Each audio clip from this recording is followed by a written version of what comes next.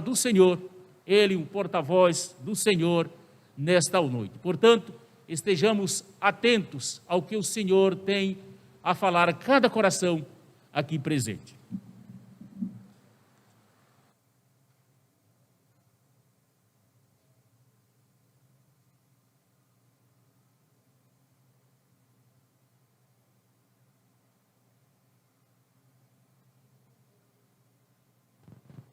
Som.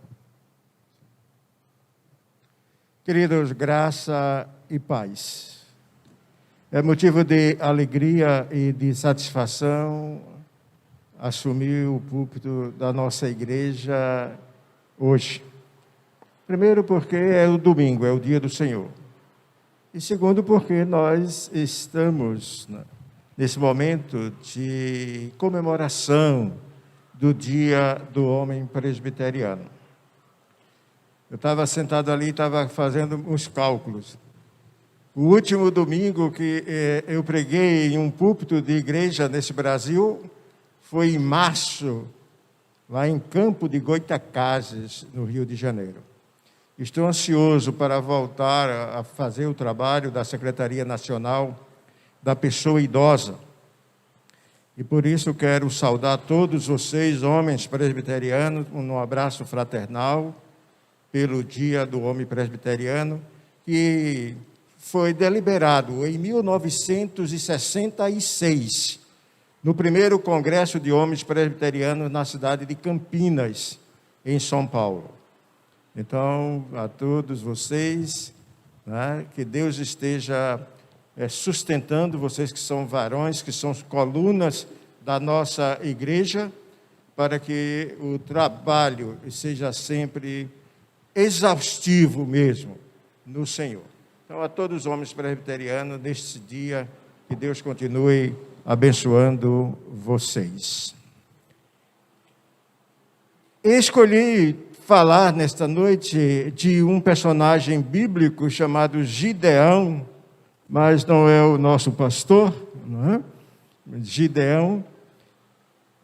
E os seus relatos lá no livro de Juízes, que começa no capítulo 6 e vai até o capítulo 7 e 12. Eu não vou ler esse texto, ok? 6. Começa no capítulo 6 e vai até o capítulo 7 e 12. É um texto longo. Vocês leiam em casa o texto, se quiserem acompanhar também. E quero tratar aqui do Gideão, o malhador de trigo. Malhador de trigo. Queridos, precisamos entender um pouco essa história dentro do seu contexto geográfico, né? Deus havia prometido uma terra para o seu povo, a fim de que lá eles pudessem estabelecer e se organizar e construir uma nação. Entretanto, a posse desta terra e o estabelecimento definitivo da nação, do povo de Deus, e nesse momento conhecido como o povo israelita, não era mais chamado de hebreus, agora os israelitas, né, que viveu esse momento de transição, que é chamado o período de Juízes, que vai aproximadamente do ano 1375 a 1050 a.C. Então, neste período, Israel era uma nação pequenina. Israel era uma tribo. A gente pode dizer que a nação era uma tribo. E era formada por uma confederação dessas tribos, né, que se juntaram e formaram uma confederação. Porque não havia o Estado político ainda organizado e não possuía rei. Então, havia só uma confederação, um acordo entre os israelitas de várias tribos para eleger mandado, ou por orientação divina, uma pessoa. E Deus, o regime era teocrático, o regime de Deus, Deus ordenou juízes entre o povo, para que esses juízes assistissem o povo, promovessem a defesa nacional, não é? Porque até chegar o período de Josué, o sistema era esse.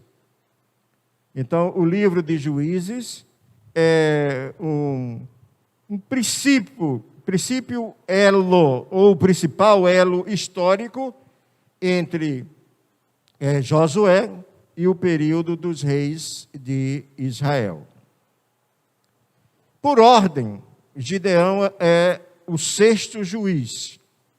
Ele era de uma família camponesa, da aldeia de Ofra, e filho de Joás, da tribo de Manassés, conforme o texto nos informa.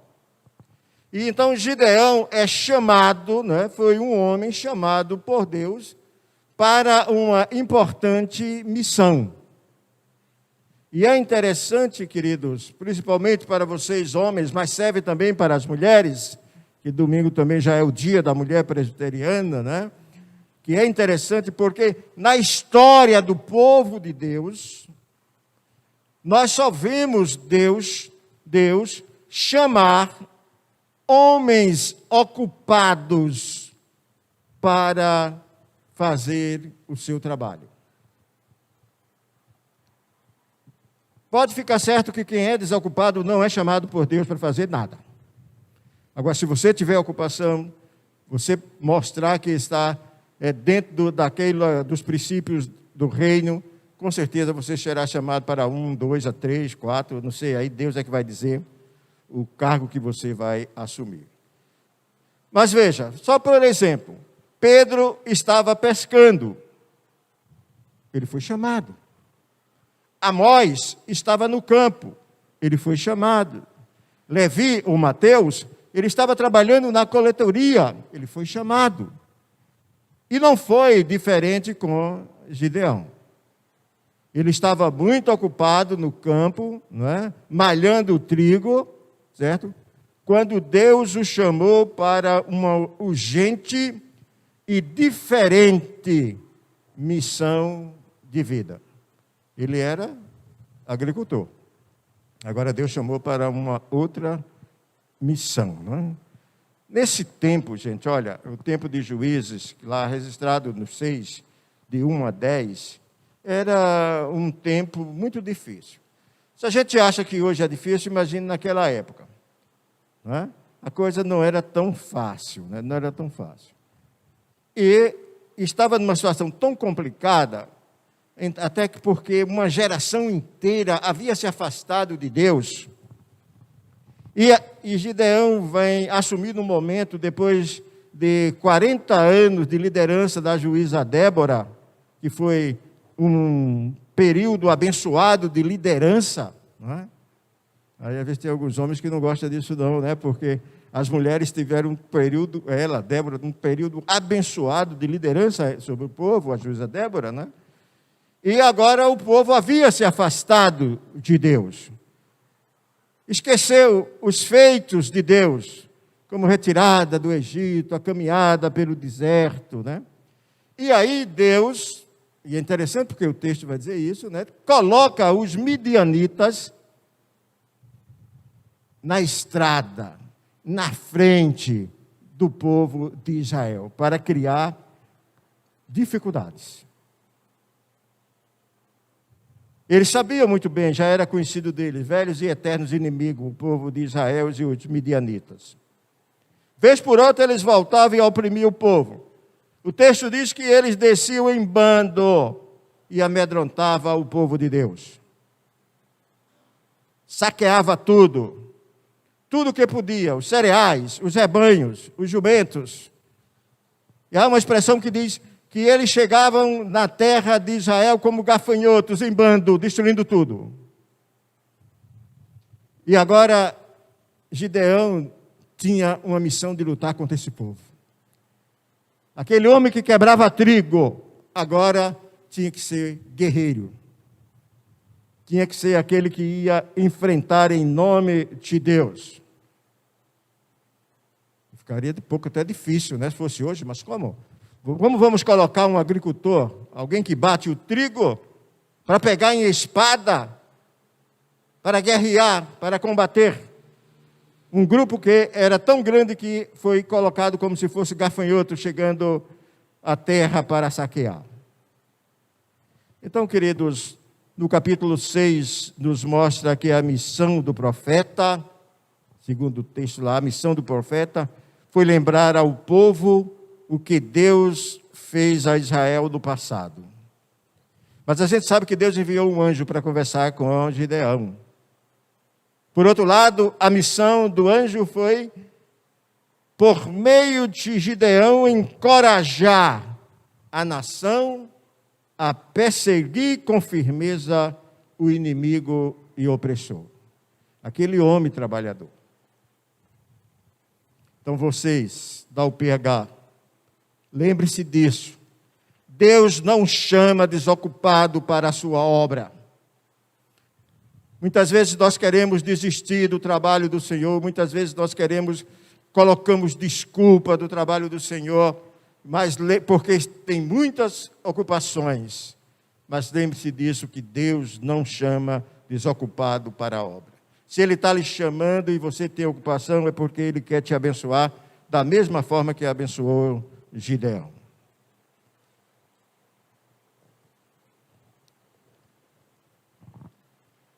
E aí é que nós, homens presbiterianos, né, ou igreja, né, precisamos refletir sobre o perfil de Gideão, e sobre as pessoas que Deus chama. Lá no versículo 11 nós vamos verificar que Deus chama o trabalhador. Ele malhava o trigo no campo para manter a família. Gideão era um homem precavido. Lá o versículo diz, ele escondia os produtos da vista dos saqueadores. Ele sabia que os saqueadores vinham constantemente. Então, automaticamente, ele criou uma estratégia de esconder os alimentos, os produtos do campo. Ele era um homem humilde. Ele reconhecia o seu status social. Ele chegou quando o anjo falou com ele, né? Ele vai dizer, olha, mas eu sou de uma família humilde, a mais pobre de Manassés, eu, o menor da casa do meu pai. Ele era um homem prudente, ele verificou tudo primeiro que viu e ouviu para poder agir. E o versículo de 28 a 24 diz que ele era sincero e temente a Deus. Antes de tudo, ele quis adorar e ofertar ao Senhor. E qual foi a missão de Manassés, que Deus deu a Manassés? A primeira missão, né, que Deus deu a Manassés foi destruir o altar de Baal.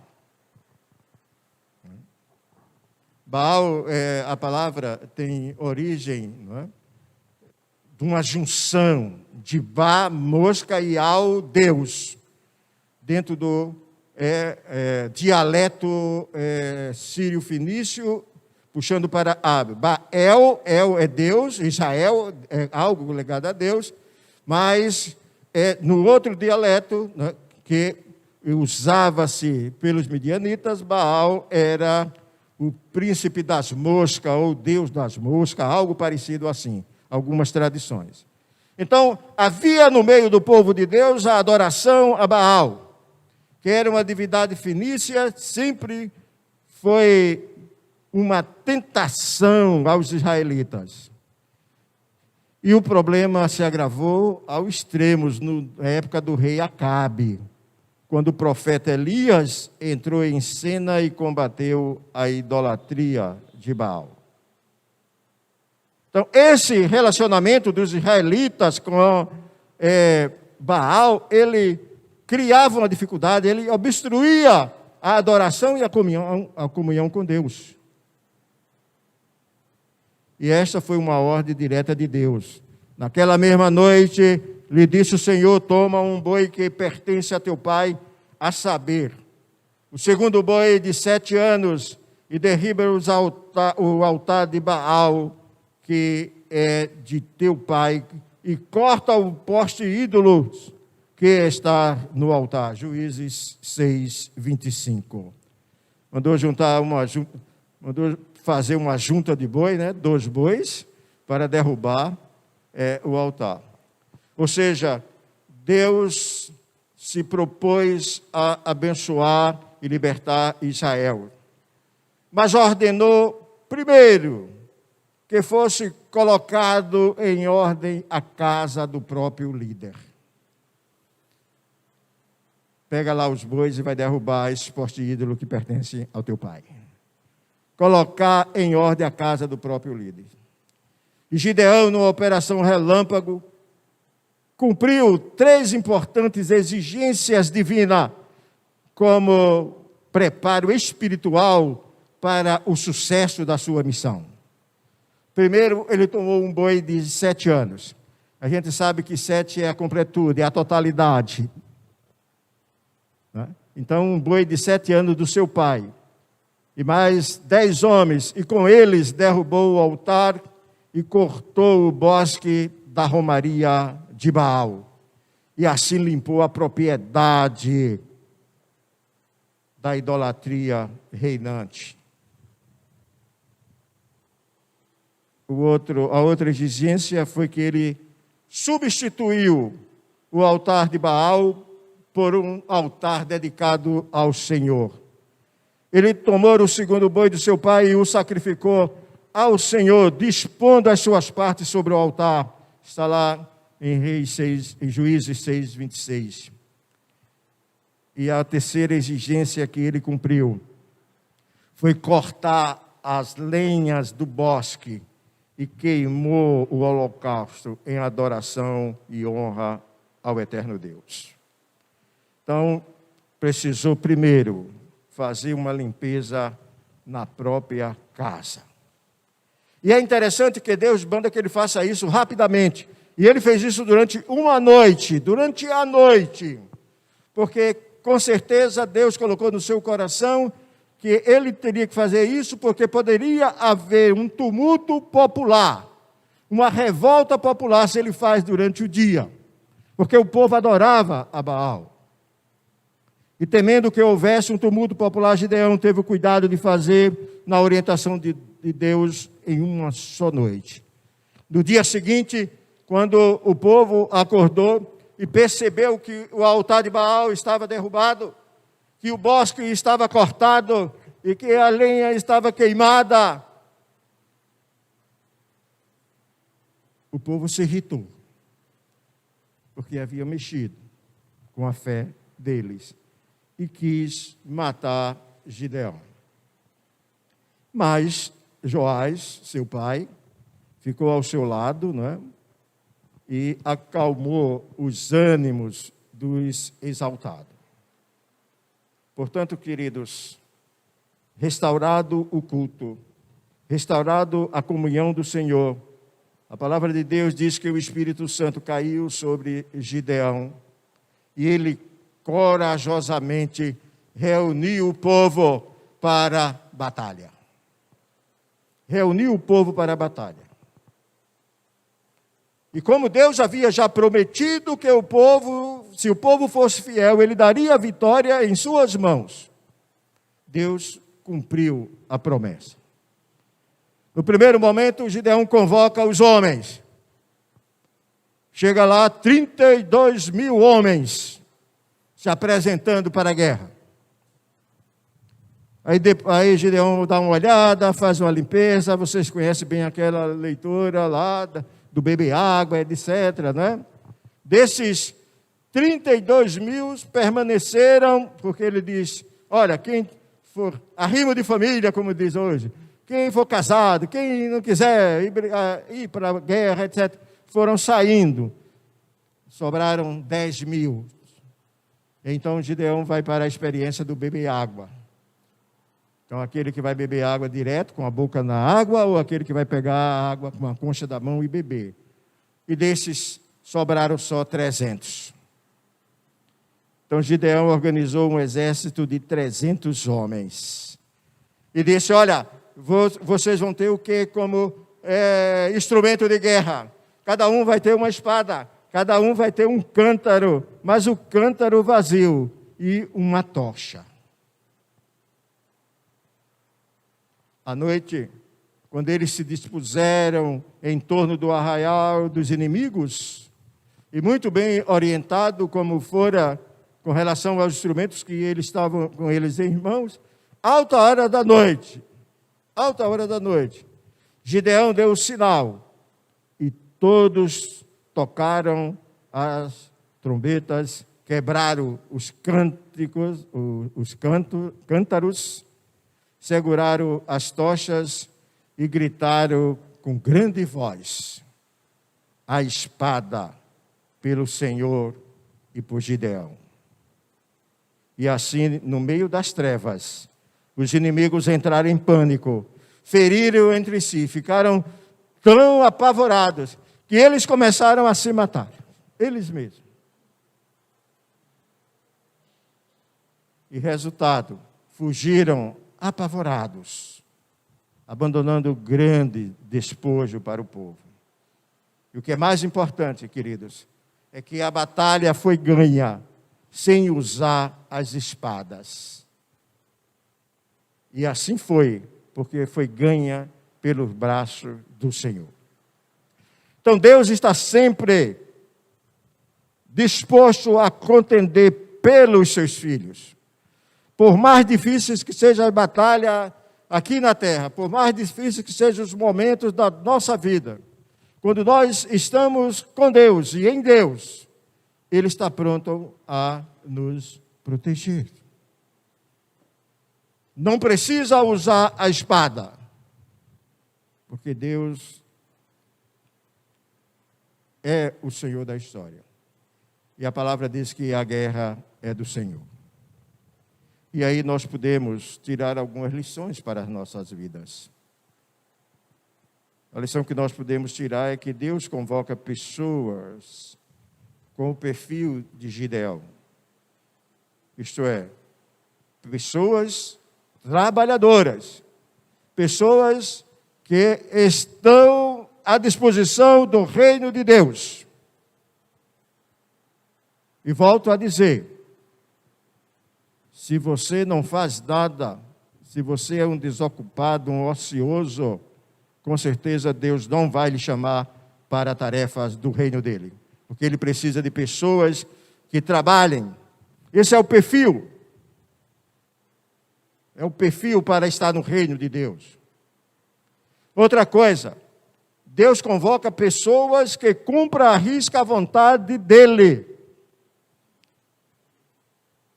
Ele não vai convocar pessoas que estejam, como é muito comum falar hoje, politicamente correto. Ele não vai nunca chamar o politicamente correto. Por quê? Porque ele convoca pessoas que cumpram à risca a vontade dele. A vontade dele era o quê? Destruir o altar de Baal. Mesmo que todo o povo se revoltasse. Gideão não questionou, usou uma noite para fazer essas coisas, para cumprir a vontade de Deus. Uma outra coisa, queridos, como lições de vida, é que Deus se propôs a nos abençoar e nos libertar quando colocamos a nossa casa em ordem. Veja, o altar pertencia à família, ao pai de Gideão. E ele foi lá, atendendo à vontade de Deus, cumprindo à risca a vontade de Deus, não temeu o seu pai. Ele podia até pensar, o povo vai se rebelar, meu pai também, mas a gente vê no texto que o pai ficou ao lado dele, percebeu que ele estava correto, e que ele teve, com certeza, uma conversa com o pai, que não está registrado no livro, a respeito do encontro dele com o anjo, né? Então, uma outra lição da vida é que Deus cumpre as suas promessas, quando nós somos fiéis. Portanto, quando você for chamado pelo Senhor para fazer a obra do Senhor, não coloque dificuldades, achando que você não tem condições, achando que você não tem tempo, achando que você não tem preparo. Não faça isso. Porque às vezes a humildade e a modéstia, ela é falsa. O que nós precisamos é sermos obedientes ao Senhor. O que nós precisamos é sermos submissos ao Senhor, como diz o escritor de Hebreus. Então, vocês, homens presbiterianos, mulheres presbiterianas, que lendo esse texto e a história de Gideão, que todos nós possamos aprender lições preciosas para as nossas vidas nesse contexto de sucesso e de fracasso que muitas vezes nós enfrentamos. Mas nunca esqueça uma coisa: você é servo de Deus. Gideão não era um super-homem. Gideão era um homem igual a qualquer um de nós. Todos os profetas eram homens iguais a nós. Gideão também era igual a nós. Agora Gideão teve uma coisa. Saiu lá do malhar do trigo para cumprir a vontade de Deus, para fazer a vontade de Deus. E o povo foi liberto.